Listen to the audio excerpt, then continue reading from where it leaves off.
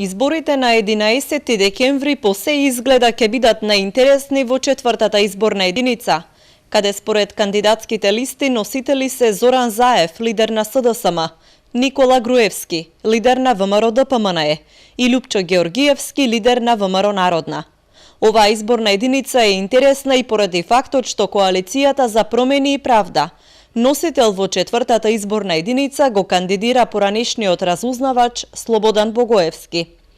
Синоќа истече рокот за поднесување на кандидатските листи за пратеници до Државната изборна комисија, а според првичните информации, ВМРО ДПМН е предложила четворица кандидати за пратеници од Струмица во четвртата изборна единица.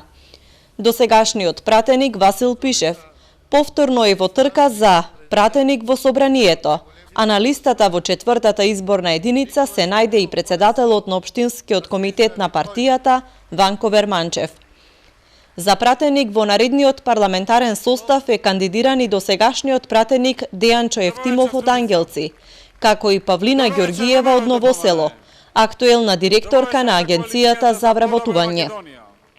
Државната изборна комисија има рок од 48 часа да ги разгледа кандидатските листи и да ги врати за исправка доколку има некои недоследности.